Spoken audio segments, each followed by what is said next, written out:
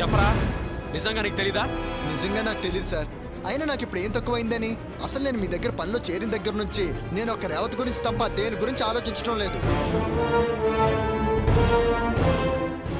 వ్యాపారం, లాభం, డబ్బు అనే ఆలోచన ఎప్పుడూ వదిలేశాను సార్.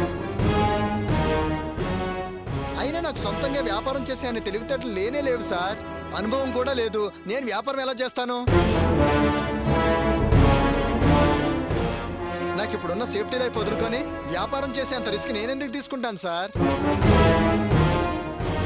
నా పేరు చెప్పి ఆవిడ ఏం చేయాలనుకుంటుందో కూడా నాకు తెలియదు సార్. నాకు వాళ్ళ పద్ధతులు నచ్చకనే కదా నేను ఆ ఇల్లు వదిలిపెట్టి వచ్చింది. అనవసరంగా ఆవిడ నాకు చెడ్డ పేరు తెస్తుంది సార్. చూడు, నువ్వేమనుకుంటున్నావో ఆవిడేమనుకుంటున్నారో నాకు అనవసరం. మీ అమ్మకి మాత్రం ఖచ్చితంగా చెప్పు, ఇల్లు అమ్మే ప్రసక్తే లేదు. ఆ ఇల్లు మా అమ్మ పురుడు పోసుకున్న ఇల్లు, నేను పెరిగిన ఇల్లు. అది పెద్దన నాకు ఇచ్చిన ఆస్తి. అది నాకు దేవాలయంతో సమానం. కాదు కూడదని మీ అమ్మ అమ్మడానికి ప్రయత్నించిందో నా గురించి నీకు తెలుసుగా. నేను ఎంతకైనా తెగిస్తాను. తేడా వస్తే ఇంట్లో వాళ్ళు పరాయి వాళ్ళని కూడా చూడను. మీ అమ్మకి చెప్పు. సార్, నాకు కూడా ఇల్లు అమ్మడం అస్సలు ఇష్టం లేదు. మీకు కన్నతల్లిలాగే కనిపిస్తుంది. నాకు ఒకప్పుడు మనందరినీ తన ఒళ్ళో దాచుకొని కలిసి కాపాడిన కన్నతల్లిలా కనిపిస్తుంది. ఆ ఇంటితో చాలా బంధాలు ముడిపడి ఉన్నాయి సార్. నిజంగానే దేవాలయం సార్. ఆ ఇంట్లో ఎంతో ప్రశాంతంగా ఉంటుంది. ఎన్నో జ్ఞాపకాలు మిగిల్చిన ఆ ఇంటిని ఎలా మనిస్తాం సార్? నిజంగా ఆ ఇంటి మీద నీకు అభిమానం ఉంటే ఇదే మాట ఆవిడతో చెప్పు. ఖచ్చితంగా చెప్పు. నేను చెప్పానని చెప్పు. ఇల్లు అమ్మడానికి ప్రయత్నిస్తే మాత్రం నేను ఊరుకునేది లేదు. తప్పకుండా చెప్తాను సార్. అమ్మే మాటే గాని ఆవిడంటే అమ్మని కూడా చూడను. ఏం చేయాలో చేస్తాను సార్. ఆ ఇల్లు మనది కాకుండా కానీ చేస్తే తల్లి నాకు కూడా లేకుండా పోతుంది. ఇంకేం గోపి, వాసు కూడా నీకు సపోర్టివ్గా ఉన్నాడుగా. ఇంకా ఆవిడేం చేయగలదు? సరే, పర్సనల్ మ్యాటర్స్ పక్కన పెట్టు. ఇప్పుడు మనం బిజినెస్ మ్యాటర్లోకి వద్దాం. నీకు గుడ్ న్యూస్ చెప్తాను విను. మదన్ లాల్ అనే పేరు విన్నావా? ఏపీలో number 1 business man. Madan Lal groups అని చాలా పెద్ద పెద్ద ఇండస్ట్రీస్ ఉన్నాయి. ఇంటర్నేషనల్ గా చాలా బ్రాంచెస్ ఆయనకున్నాయి. మనం వాళ్ళతో కలిసి ఓ ఆటోమొబైల్ కాంట్రాక్ట్ కి అప్రోచ్ అవుదాం.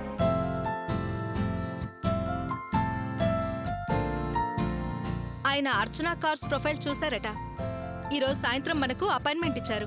వాళ్ళతో అగ్రిమెంట్ అయితే ఇయర్లీ టర్నోవర్ మనకు మంత్లీ టర్నోవర్ అయిపోతుంది. మదన్ లాల్ గ్రూప్ ఆఫ్ ఇండస్ట్రీస్తో అగ్రిమెంటా? అమ్మని అమ్మ, ఏం లెవెలు! అదే కుదిరితే అమ్మో, వీడిని అస్సలు పట్టుకోలేం. Evening 4 o'clock meeting. అందుకని మనం షార్ప్గా ఇక్కడ 3 o'clock బయలుదేరాలి. వేరే పనులేం పెట్టుకోవద్దు.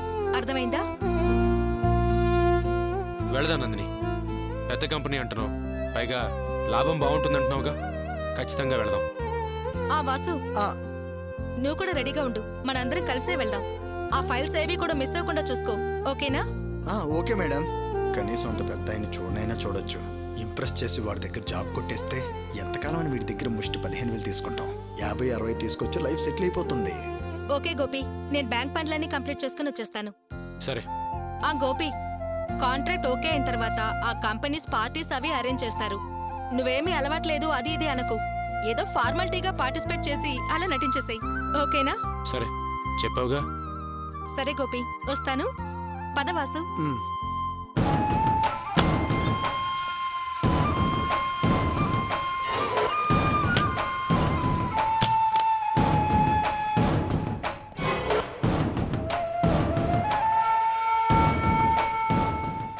కార్పొరేట్ ఆఫీసు ఫారెన్ స్కాచ్ చూద్దాం.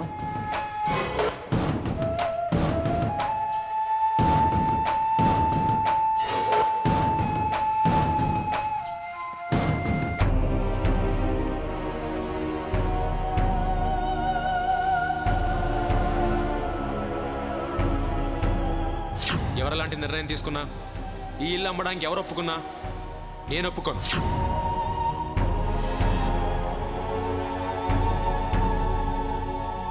ఇది నేను పుట్టి పెరిగిన ఇల్లు. ఈ ఇంట్లో మా అమ్మ పురుడు పోసుకుంది. ఈ ఇల్లు నాకు కన్నతల్లి లాంటిది. నాకు ఇల్లు దేవాలయం. నన్ను నా భార్యని కట్టుబట్టలతో ఇంట్లోంచి బయటికి గెంటేస్తే కష్టపడి ఆ స్థాయి నుంచి ఈ స్థాయికి వచ్చాను. వాసుగారిని కూడా అలాగే కష్టపడి పైకి రమ్మని చెప్పు. ఈ ఇల్లు అమ్మే హక్కు మీకున్నా అమ్మడానికి నేను ఒప్పుకోను. నువ్వెంత పంత పట్టు కూర్చున్నా నా గురించి నీకు బాగా తెలుసుగా. నేను బతుకున్నంత వరకు ఈ ఇంటినెవరికి అమ్మనివ్వను, ఈ ఇంటినెవరిని కొన్నివ్వను.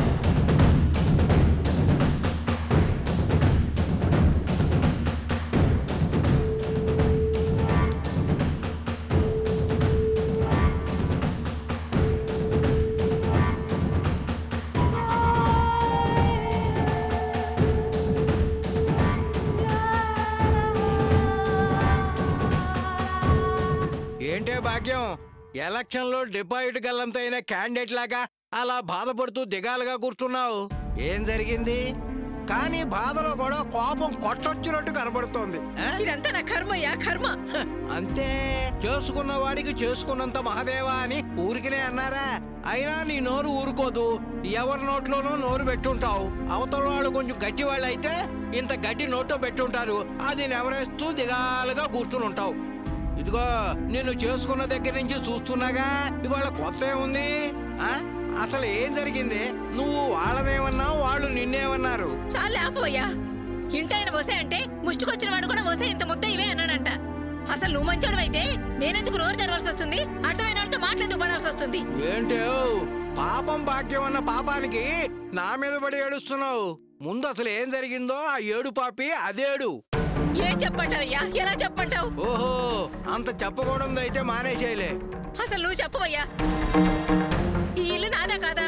ఖచ్చితంగా నీదేనే, కాదని ఎవరంటారు? కాకపోతే అసలు ఈ ఇల్లు మా కులదైవం, మా అన్నగారిది. గోపికి రాసిచ్చాడు. నువ్వు నానా గడ్డి తిని గోపిని సాధించి సాధించి నీ పేరు రాయించుకున్నావు. ఇది నీది అయిన దగ్గర నుంచే కదా అహం పెరిగి నా కొడుకుని కోడల్ని నానా తిప్పలు పెట్టి కట్టు బట్టలతో బయటికి గెంటేశావు. నువ్వు అక్కడివి పుట్టెత్తమంటే పూర్వాలన్నీ ఎత్తుతావు. నేను ఇల్లు నాదా కాదా అని అడిగాను, అంతేగాని దాని చరిత్ర అడగలేదు.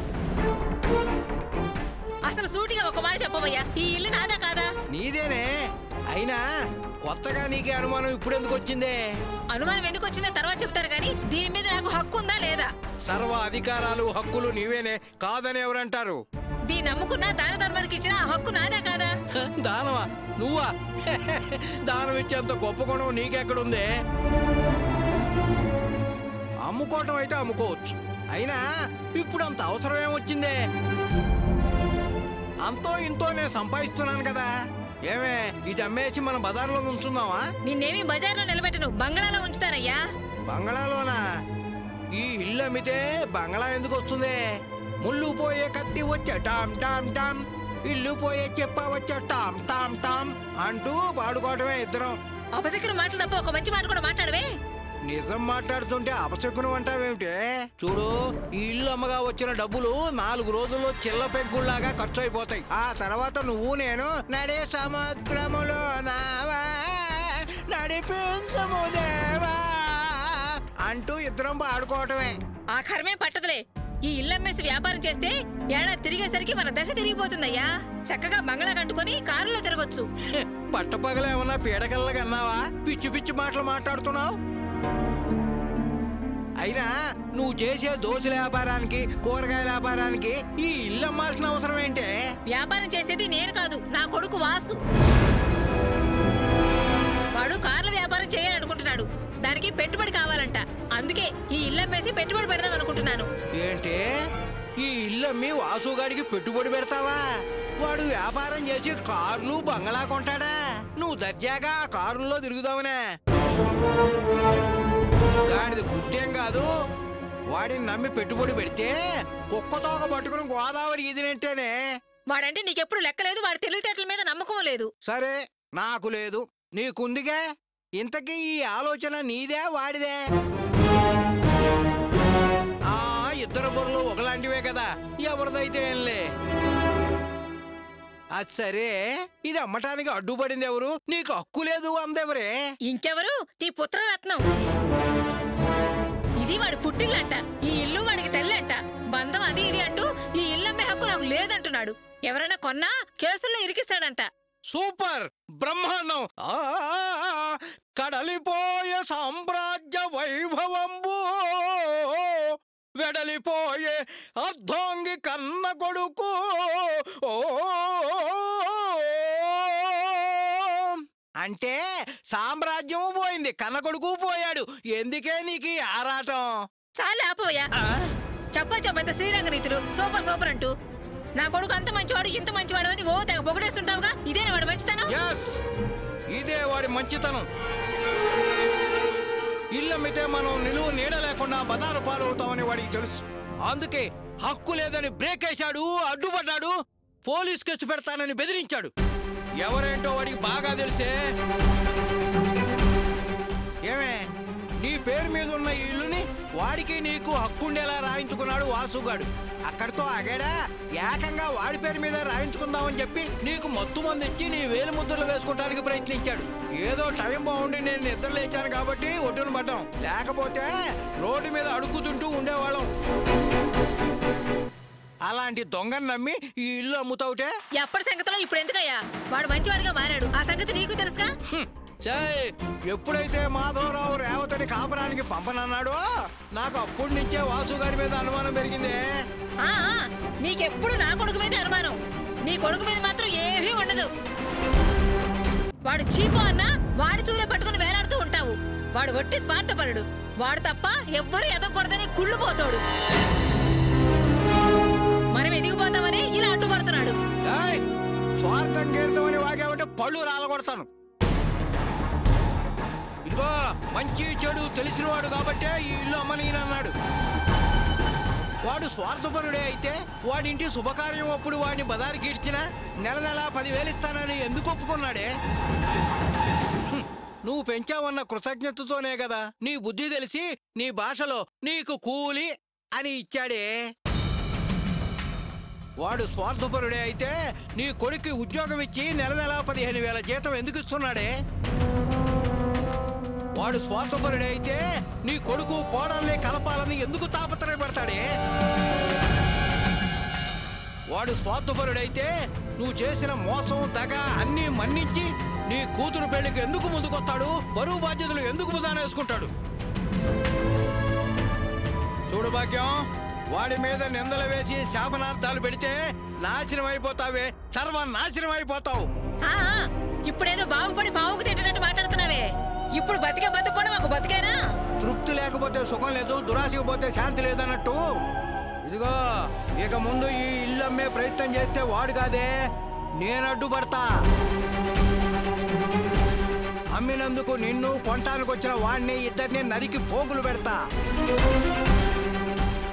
పిచ్చి పిచ్చి ఆలోచనలు మాని తెచ్చిందేదో తిని తృప్తి పడి కృష్ణ రామ అంటూ ఏ మూలలో పడి కూర్చో. వ్యాపారం గేపారం అంటూ వెంపర్లాడుతూ వెర్రి చూపులు తోడకో. నీ కొడుకు వ్యాపారం చేసి సంపాదించాలనుకోవటం పులిని చూసి నక్క వాత పెట్టుకున్నట్లేనే. పొరిగింటి వాళ్ళు వచ్చి మన ఇద్దరిని కొడితే 5,000 ఇచ్చి మన పరువు కాపాడలేని వాడు వ్యాపారం చేసి నిన్ను ఉద్ధరిస్తాడు అనుకోవటం ఉత్తమాటే. కలలగనటం మానేసి ఇదిగో ఉన్నదేదో తిని కాళ్ళు ముడుచుకుని పట్టుకోవటం నేర్చుకో. ఇల్లు అమ్ముతుందట ఇల్లు. ఏమే, ఈ ఇల్లు ఏమన్నా నీ పుట్టింటోరు ఇచ్చిన ఆత్య? ఇది మా పెద్దలది, ఆ విషయం గుర్తుంచుకో. కాదు కూడదని కోతి పనులు చేస్తే బడి తిరుగుతుంది, జాగ్రత్త. ఏంటే పత్తికాయలా గుడ్లేసుకుని గుర్రున్న గుడ్లప్పకిచ్చి చూస్తున్నావు? నాకు తిక్కరేగిందంటే ఆ 2 గుడ్లు పీకేస్తా. వెళ్ళ అనవడిస్తా. ఇల్లు అమ్ముతుందట ఇల్లు.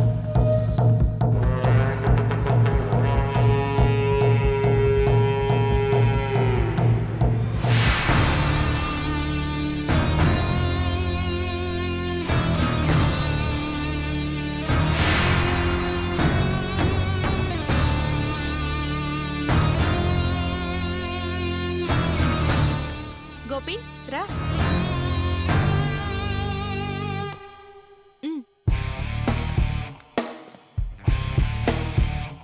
గోపి, అదిగో అతనే మదన్ లాల్, పెద్ద బిజినెస్ మ్యాన్. పద.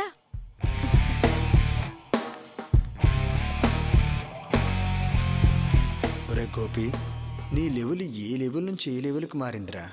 నీ దగ్గర నా లెవెల్ ఏంటి? ఇలాంటి విఐపీస్తో నేను ఎప్పుడు కలుస్తానో ఏంటో. Sir, sir. Hi. He's mister Gopi. Hello Gopi, nice to meet you. Pleasure is mine. చూడు నందిని, గోపి నాకు తెలుసు. తెలుసా? పర్సనల్గా తెలియదు, పర్సన్గా అతని గురించి మొత్తం తెలుసుకున్నాను. అందుకే తన మీద ఒక ప్రత్యేకమైన గౌరవం కలిగింది. ఆ గౌరవమే ఇవాళ ఈ స్థానం ఇచ్చేలా చేసింది. స్వయం శక్తితో ఈ వ్యక్తి ఇవాళ శక్తిగా ఎదిగాడు. పని మీద నమ్మకం, శ్రద్ధ మాత్రమే పెట్టుబడిగా పెట్టి శ్రమపడి ఇవాళ సిటీలో 1 out of 10గా ఎదిగాడు.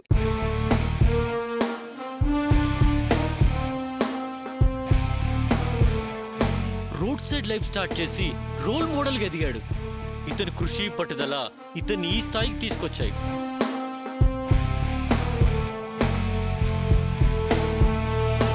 యునో, జస్ట్ కార్ స్టార్ట్ చేసి కార్లో ఉన్న డిఫెక్ట్ ఏంటో కాన్ఫిడెంట్గా కరెక్ట్గా చెప్పగలడు. సింగిల్ టూల్ కిట్తో ప్రారంభమైన జీవితం విఐపి రేంజ్కి వచ్చింది. అతని కృషిని అభినందించడానికి నేను అతన్ని కోరి నా బిజినెస్లో పార్ట్నర్షిప్ ఇస్తున్నాను.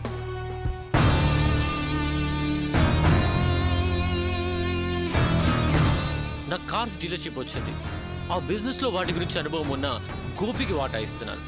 క్యాపిటల్ నాది, మేనేజ్మెంట్ అతంది.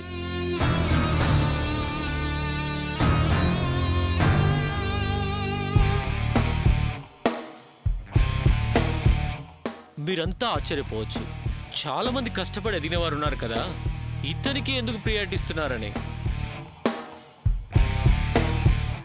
ఎంత ఎదిగినా సంస్కారంతో ఒదిగి ఉండడం గోపి ప్రత్యేకత. అన్నిటికీ మించి గోపికి వినయం, సంస్కారం, శ్రమపడే తత్వం ఉన్నాయి. ఇంతకన్నా ఇంకేం కావాలి? అందుకే నాకు నేనుగా వాటా ఇచ్చి గోపిని బిజినెస్ పార్ట్నర్గా చేసుకుంటున్నాను.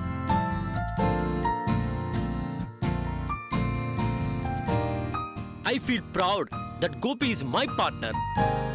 సార్, నన్ను మరీ అంతగా పొగిడేకండి సార్. నో మిస్టర్ గోపి, ఉన్న నిజమే చెప్పాను. నిజం కాకపోతే నేను నీకు స్థానం ఇవ్వను. ఆఫర్ ఇస్తే లక్షల మంది కోట్లు గుమ్మరించి నాతో బిజినెస్ పార్ట్నర్ కావడానికి రెడీగా ఉన్నారు. కానీ అర్హత లేని వాళ్లకు నేను అవకాశం ఇవ్వను. Mister Vishal, partnership agreement file ready sir? Okay, very good. Come on mister Gopi, ఈ డాక్యుమెంట్స్ మీద సైన్ చేయండి. Give me pen.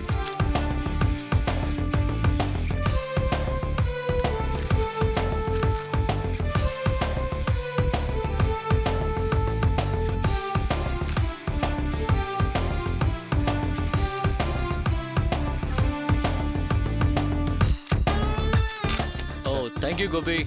Thank you, sir. Keep one copy with you, Gopi.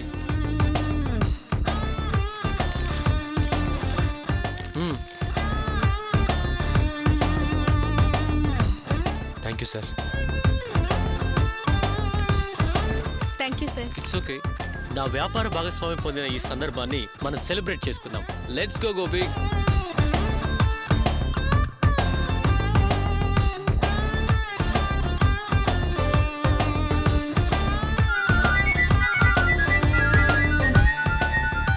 Excuse me, just a minute. No problem. Hello, చెప్పండి.